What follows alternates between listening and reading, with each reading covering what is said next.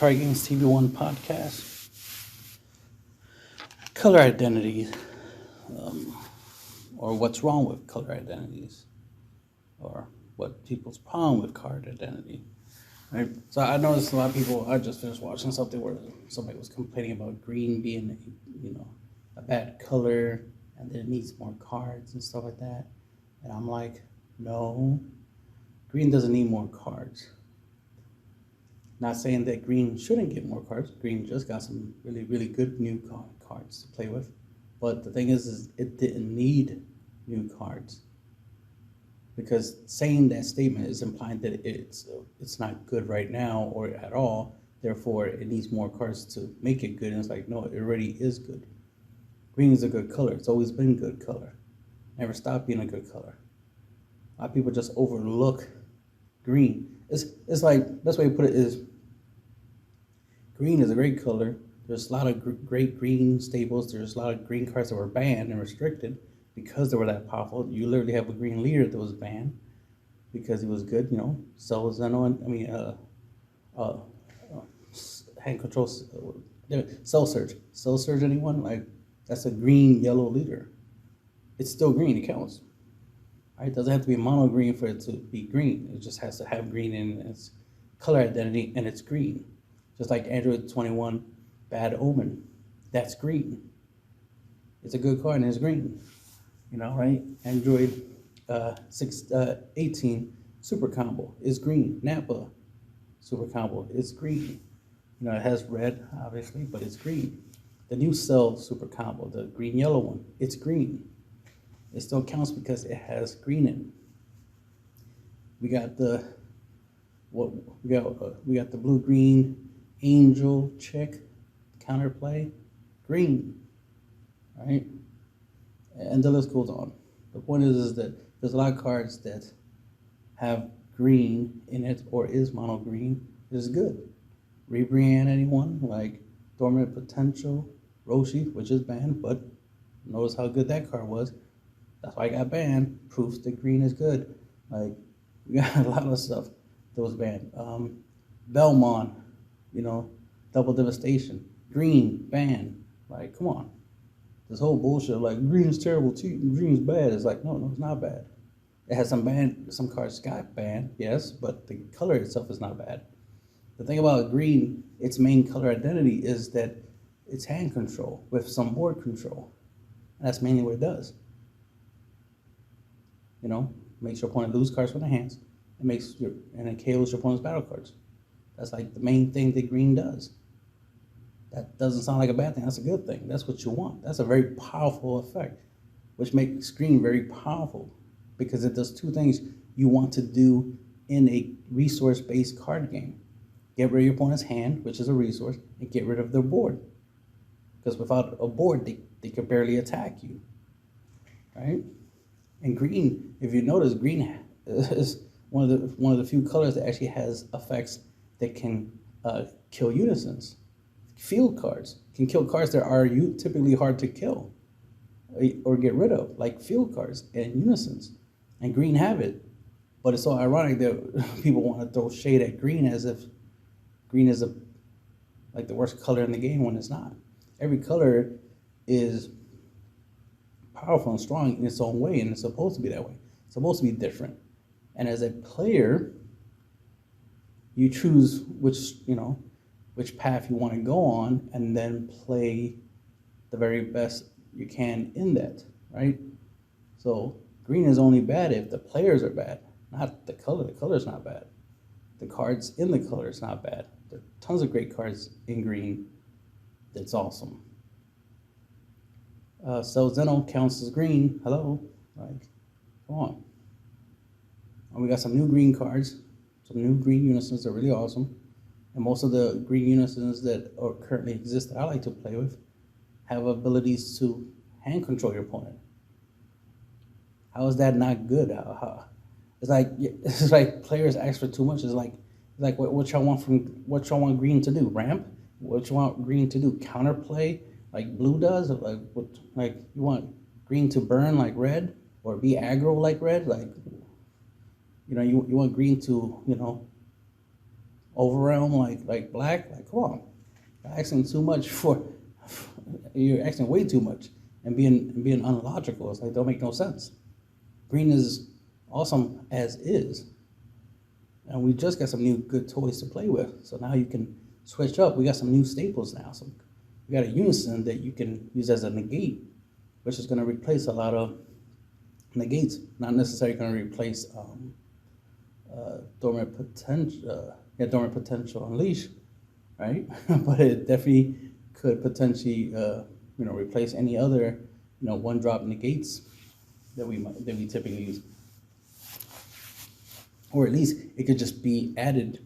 You can play it right alongside everything else. The fact that it's a unison that you can use to help you play Charismatic Villain Frieza, but also it still counts as a negate. The fact that you can negate an attack with it for 1 energy, and if you empower it, you can make it, have, obviously 2 more markers, which lets you play Charismatic Villain Frieza. And if you get his the unison's auto off by having 3 or more markers, when you empower it, it can freeze one of your opponent's battle cards from being able to attack. So that potentially stops 2 attacks, and then and then still have the ability to drop a Charismatic Villain Freeze on top of that. That's potentially three attacks you can avoid off of just one unison. So that unison has obviously potential, and then the fact that it can be used to feed other empowered unisons, with the markers that it has, and just take it off the board and play something else and empower that. So it automatically has potential. People see it already, just like, oh, good card, has potential. Definitely gonna use it. And we got the new Golden Frieza, new form, newfound power, whatever, right? A newfound might unison. That's a bad boy right there. It's a unison counterattack effect, right? That it could play itself on your opponent's turn, obviously, right? Counterattack. And it could board wipe if it has 4 more markers. Doesn't ignore barrier, but hey, beggars can't be choosers, as they say, right? Be grateful that it can board wipe. And look at it. It's a board wipe. Again, it goes with green being awesome. And look at that. We got a unison that can board wipe. Not only that, it's a win con in itself on top of that. Like, it feels like, the irony about this unison is that, to me, it feels like an ultimate. The fact that I can just, drop it, on my opponent, like, surprise, drop it, clear your board. Hopefully my opponent's tapped out in the process, so the clapback would be delicious. And it's gonna have a lot of markers, and then I can -4, and then turn into a 30k triple strike. They can attack twice. So essentially 6 damage on a clapback, just off of dropping that on my opponent's turn. Like, that's powerful. Yet we got people out here. Green is bad. Green is bad. No, you're bad. You're bad when it comes to playing green. Fair enough. Like, I can respect if people be like, yeah, green's not popular right now, or not a lot of people playing green. So that's a thing. I can respect that. That I can agree with, because yeah, it's true. Not many people are playing green, but does not mean the color is bad. It just means they're not playing green, which means they're obviously playing another color. That's the only reason they're not playing green. It's because they're playing another color. It's not because green is bad. It's because people want to either A, play another color because they prefer that other color. Because there are some people who like to play, do have their favorite colors, and they play those colors or play decks within those colors just because that's their favorite colors. I'm partial to blue and black, but ironically, I play red. I play a lot of red, even though my preferred colors is blue and black. But a lot of times, y'all do see me play blue and black. Like, obviously, my Hatchiac deck is black. Obviously, if I use the colored versions, obviously, that's different. But typically, mono black or the multicolored, the different colored Hatchiacs. And then I got the set 2 Zamasu, which is my main blue. But I do play other blue leaders, but that's my main blue leader that I use. I play blue, so I play blue a lot. I build a lot of blue decks. It's just that, I do tend to play a lot of red deck. Red a lot. And then, that's why it's just like, yeah, I'm not against green. Green is good. Green got a lot of good toys. And I built some green decks. It's just that I don't play the color as much. But it's not because it's bad. No, it's because I just have a preference for other colors. And I'm just used to playing these other colors because I'm used to these cards from these other colors. If I'm not against yellow, I'm not against green. I just don't play those colors as much as I play the other colors. But that's the point, is like when a lot of people lean towards, especially when like net decking is a thing. So if you got certain players that like certain colors, or they just play a certain color, like, oh, you know what? I'm gonna play yellow. I'm gonna play some yellow Gohan or something, or Sin Shinron, yellow, right, deck. And then some people would see it and they're like, oh, I want to play that deck too. And then they play, and then that becomes meta, right? That becomes popular, playing yellow. Playing a yellow deck becomes popular, but that doesn't mean that every other color is bad just because people choose to follow a trend. That's the only thing. It's like, yes, green is not trending right now, but doesn't mean the color is bad. It's just not trending. Same thing goes for any other color. Like last week, yellow was the shit. This week, I heard some people literally saying yellow's trash. Like, what? But wasn't yellow doing good last week? Like, what's going on? So it's just, and that's the thing, is the inconsistency, the constant back and forth of people just like saying something is good at one point and then saying it's bad at another point. It's like, come on, make up your mind. You either think the color is in general bad, period, all day, every day, regardless if it gets new cards or not, or you're just one of those bandwagoners, one of those people that just follows trends. Everybody starts saying a certain color is bad. You immediately want to jump in and agree when it's not even true. They just don't favor it. It's not popular at the time, okay.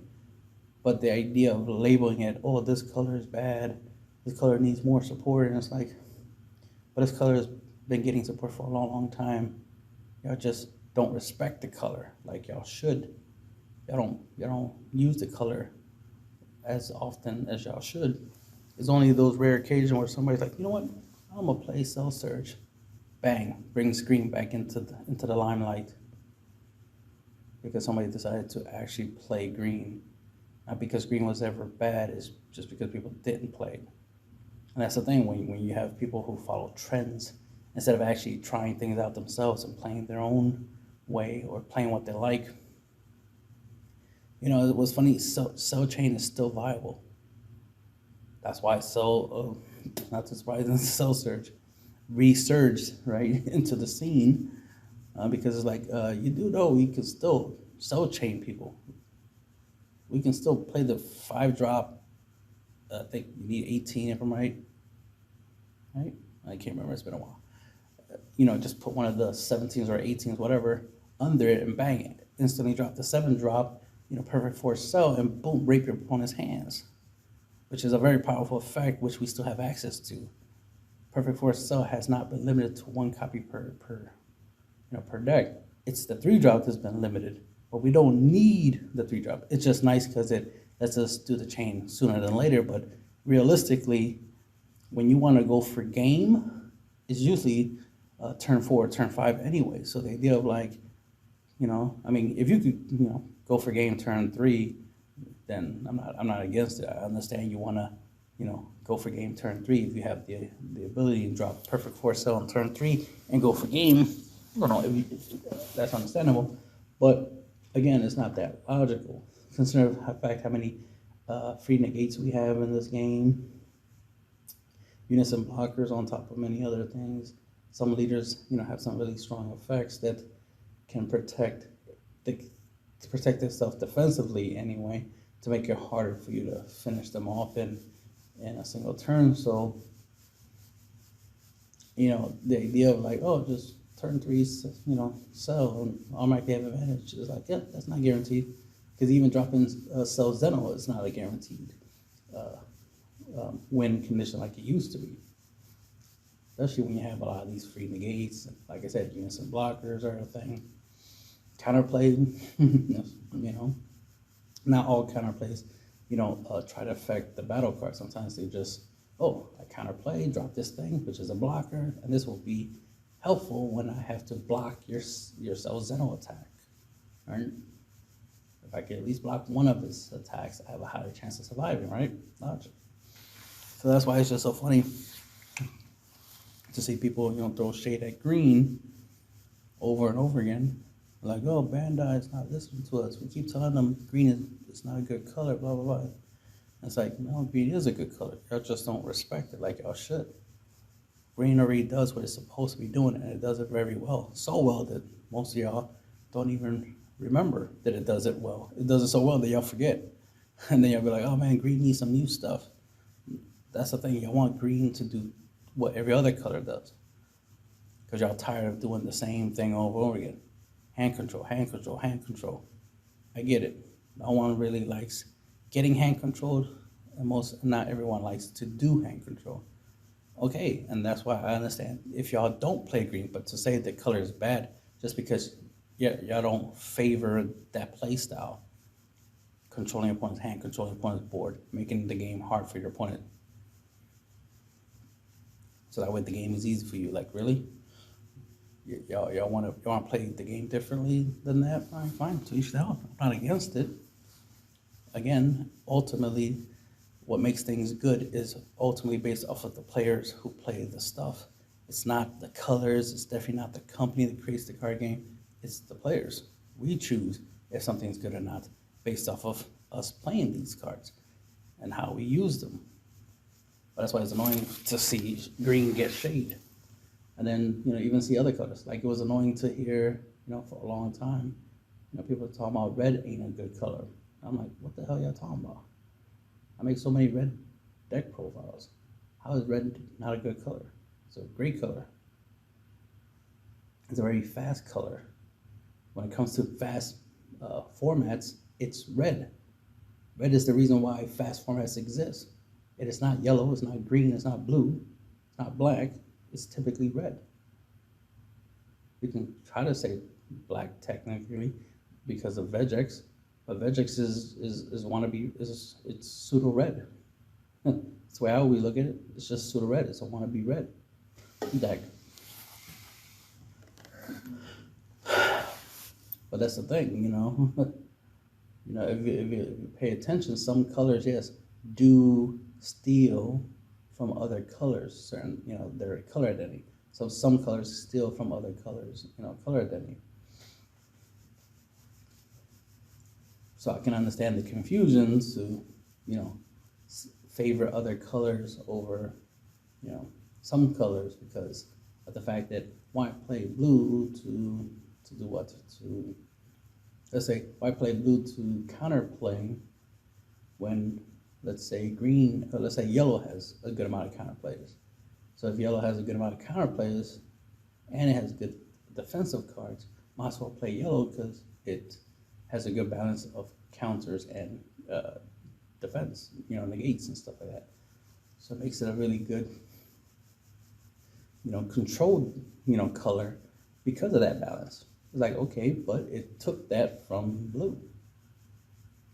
Blue can do it too. It's just, okay, yellow, cost-wise, it does it a little bit better, right? Because they probably made a whole bunch of yellow cards that counter for cheap.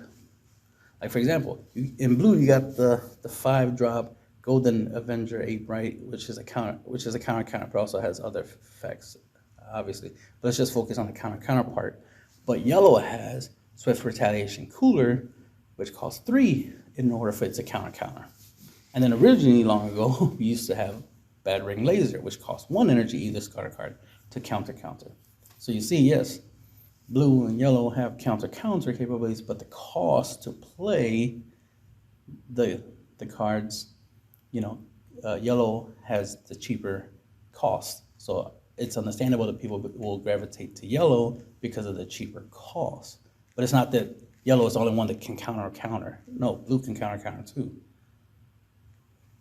It's just the cost is what separates it. So that's why, of course, people like cheap, right? They like things to be cheaper. So, of course, they're going to lean towards cheaper stuff. Same thing as, when we started having a rival, multicolors became really popular really quick mainly because of Arrival. Arrival definitely sold us on the multicolor concept because it made things cheaper. You could play big boss monsters, right? Big boss creatures for relatively cheap. You just had to meet the conditions. And it was easy to meet the conditions. So that's the thing, is like when things get cheaper, as it were, it gets more popular, you know. Just like when cards get easier to use. Because imagine if Android 17 turned the tide, which is a 7-drop, which normally means you have to hard cast it. And the earliest you could play it is by ramping up to it, right? You could play on turn 6, maybe turn 5 if you're lucky. But imagine Android 17 turning tides turn 1. Think about how nasty that would be. So imagine if we had a way to play him turn 1. Imagine if we had a way to, cheat him out, right? Imagine if they made a new, 17, right? Or just a new card that can do what 17 does, but its costs get drastically reduced. Imagine if they made an ultimate that has the power, the ability to be played for free, like Baby Hadshiak, or have its energy cost reduced, like Pan Time Maiden. Imagine an Android 17 turn inside that gets cheaper, right? For your battle cards. Notice I said battle cards. I didn't say blue battle cards, I said battle cards. Think about how busted that would be. Because then if you're playing a token-based deck, like the new token Toa leader, right? The Toa leader that makes tokens, then you can drop this bad boy pretty much for free, and bang, instantly Android 17 turn ties your opponent, right? If they did something like that. Granted, in Ultimate, it's only one copy, so the likelihood of you pulling it, you getting it in a 50-card deck is slim, but not impossible. So imagine just being able to do that, just like, ooh, turn 1, bang, I just turn our hands, like, oh shit. Start swinging and going ham, right? I'm definitely always trying to make certain cards, good and playable, but that's for a different conversation. This is just about, my gripe with, some of the community, specifically the one, content creators have a habit of doing this. Certain ones in particular have a habit of doing that. One week when they're posting videos, they'll throw, they'll talk about a certain color being bad, and then the next week, they start saying that the color is good. And it's like, okay, what happened? What changed? We didn't get a new set. We didn't get new cards for that color. So how did last week the color was good, but this week suddenly it's not good? That makes no sense. And they're always trying to make it general, generically yellow is bad, or generically black is bad, or generically blue is bad. It's like, not because, blue is not popular this week, red is popular this week, blah, blah, blah. It's like, okay, that makes sense. Could that be true? That's a true statement. Popularity. A certain color is more preferred than another color. That's understandable. But to say a color is bad in general, like it was built wrong, like Bandai didn't give it the proper support or something like that, that's bullshit. Bandai's been doing a pretty good job of giving love to every color. Yes, some colors get more love than others, but still, every color is still getting something. Because again, it's like, what do you want from green? What do you want from red? What do you want from yellow? What do you want from blue? Like, these colors already have a lot of cards that fit their color identity. It's like, for me, I'm not ever looking like, oh, we need more cards that can do this and this color. We need more cards that can do this and that color. Like, I'm more interested in mechanics and new card types, right? Cards like unisons that can negate attacks. That's new. Or unisons you can combo with. Or extra cards you can combo with. That was kind of cool when they started doing that, because I was like, damn, it sucks that extra cards you can't combo with them. But then made battle cards, they can negate an attack for 1 energy, right? And they have 5k combo power, so you could combo with them because they're battle cards. So that was nice. It's like, oh yeah, that's how you could do it. You take a battle card, turn it essentially into a negate, right? An extra card, essentially. Give it the ability of a negate, and now it's a negate that can combo, right? Now they got unison that can negate an attack. So not only is it a unison to do what we do with unisons, obviously, but also it can negate an attack. That makes it useful. Just like unisons being blockers makes them useful, especially because of their whole loyalty, their whole counter system thing, right? The markers make it where they stay on the field longer. So, they can block for a couple turns. So once you play them, they'll stay there for a while. So you'll literally put a shield, right, to protect your leader for a couple turns until your opponent manages to get rid of the unison. And that's if they ever do get rid of the unison. So stuff like that is a big deal. So I'm always looking for that. That's what I'm expecting. New ultimates, right? New super combos, that have new effects, and they gave us some new multicolor super combos that have effects, and I approve, of course. And it's like, more unisons, obviously. I'm a fan of the card type, and they're really good ones. And I'm like, oh yeah, I like this one, I like that one. So definitely gonna be adding them to my unison folder and start, building decks with them, obviously, and upgrade decks with them. But then, it's just the weird thing of just people really just focusing on color and that they want more for that color, but it's like the color already has so much. It's just y'all don't respect what's in those colors. There's tons of good cards and chains. The funny thing is green has a lot of chains, like cell chain type stuff, type of engines, where, oh, this one drop gets me into this, and this gets me into this, and this gets me into this. Green has Harutagon chain. Green has cell chain. Green has Lord Slug chain. It has a Lord Slug chain. Yellow, yes, has its own Lord Slug chain. And the list goes on of the different types of chains. What was it? Green has a Broly chain, not great, a little outdated, but you get the point. At least it has it. That's the thing. Now we got the green Piccolo, or green yellow, right? We got the green Piccolo chain and a yellow Piccolo chain, so we got that stuff. So we got the Namekian chain, if you want to call it that. But there's a point. Look, like we got green is getting love. I don't. Like, not only is it getting love right now, think about it. Today a video was uploaded and somebody was saying green was bad and it needs more cards, even though we just got a whole bunch of green new good cards and leaders in the past 2 weeks. Yet people are still saying, oh, green is a bad color. Green is a bad color. It's like, really? But we're getting some really good shit in green right now. And we've been getting some good shit in green for a while now. We got some interesting things in green for a while. The thing is just people are not willing to make these things, popular.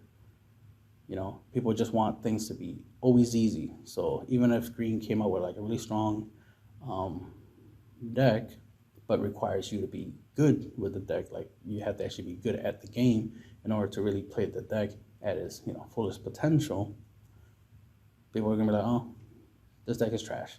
It's like, no, it's not the deck. The deck is made to be strong. It's made for a strong player to play. The problem is that you're not the strong player, so that's why you can't play it the way it's meant to be.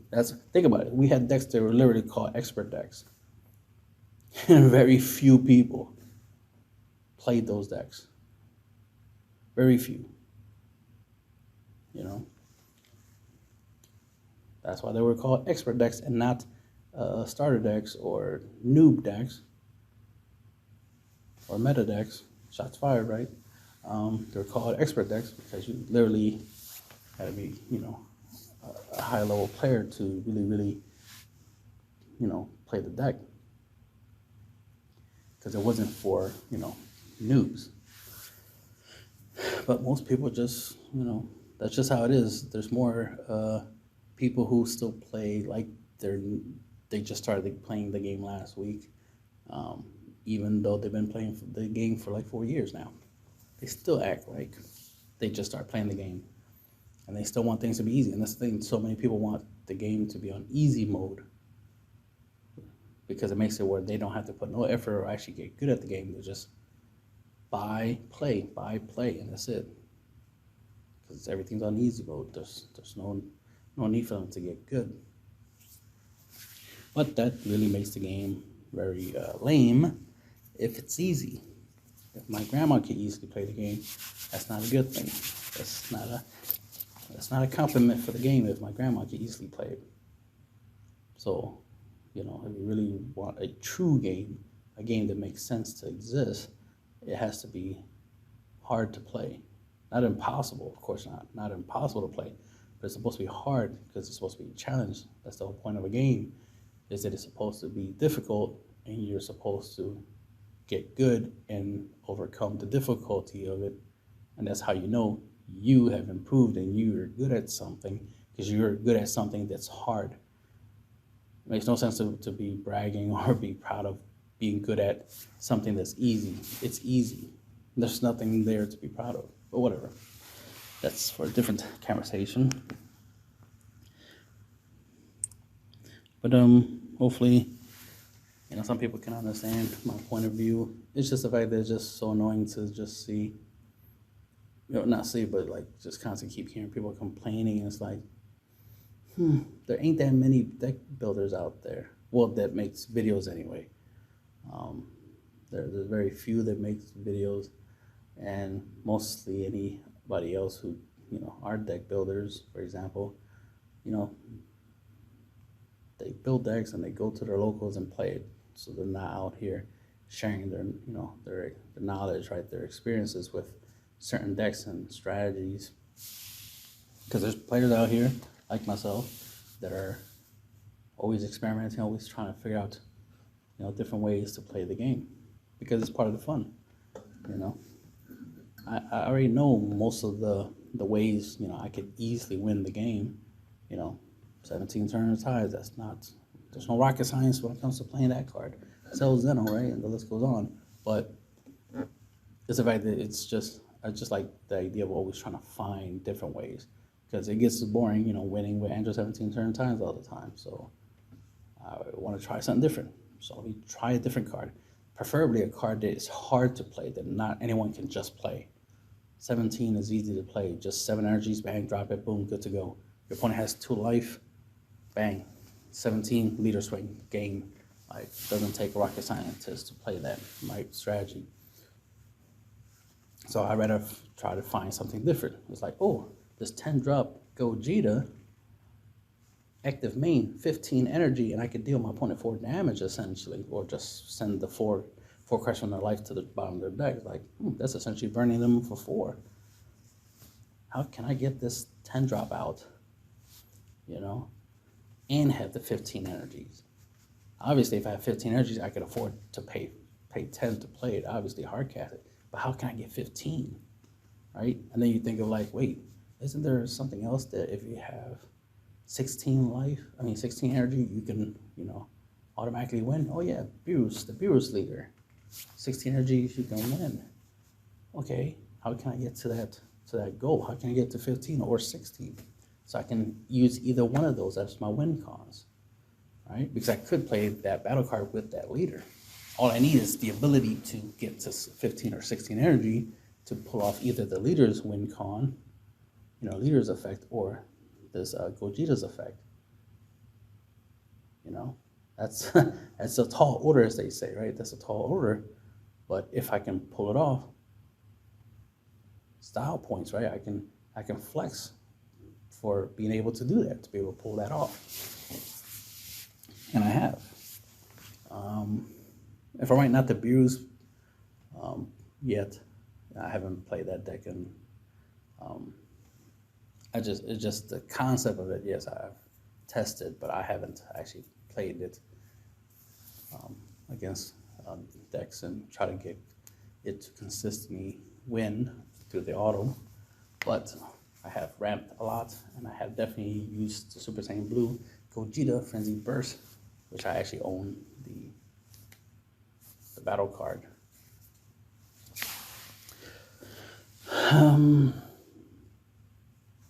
But besides that, it's like the thing is that I'm always trying to make things that are hard to play easier to play. So that's why it's a good idea for people to watch my videos and listen to me talk. It's very important to listen to me talk because I have a lot to say, a lot of knowledge, a lot of usefulness.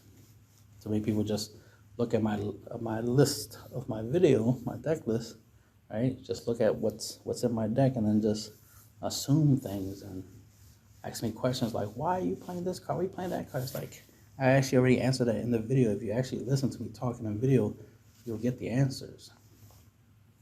It's weird that people don't want to hear me talk. Like, I have a lot to say. You know, if my voice is boring or whatnot, okay, sorry about that, but it's my voice, it's how it sounds. I can't change that.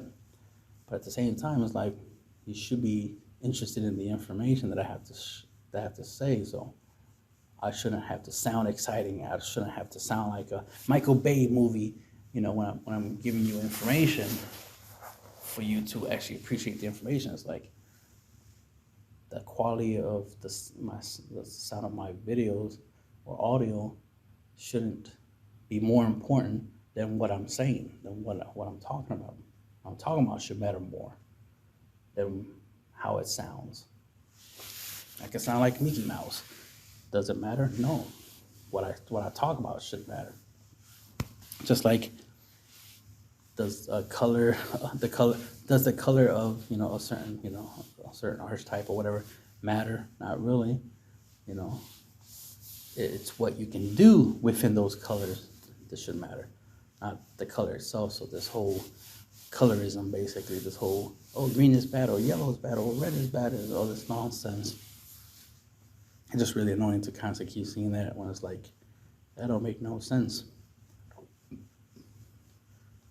These colors are only as good as the players that choose to play them. So the idea of like saying that the colors are bad in general is like, no. That's you want to throw shade at anybody, throw it at the players. They're the ones that determine what does and doesn't get used, what is and isn't popular. It would never be the creators of the card game. It would never be the cards themselves. They're not living things, so you can't blame them for shit. You could blame the players. You could blame the community of players. That's the only thing you can blame. If the game dies and tomorrow because nobody wants to play the game anymore, okay, then the game dies. The game can only die ultimately if the player base, the community, lets it die. But it's so ironic how people always want to point fingers elsewhere. They don't want to point the fingers at themselves, which they should be pointing at, because they are part of the influence. If you're not part of the solution, you're part of the problem, obviously. So if you're out here complaining about a certain color or complaining about certain decks and this, that, and the third, you know, that you're part of the problem. You know, you're definitely not part of the solution. Well, that's the end of the podcast.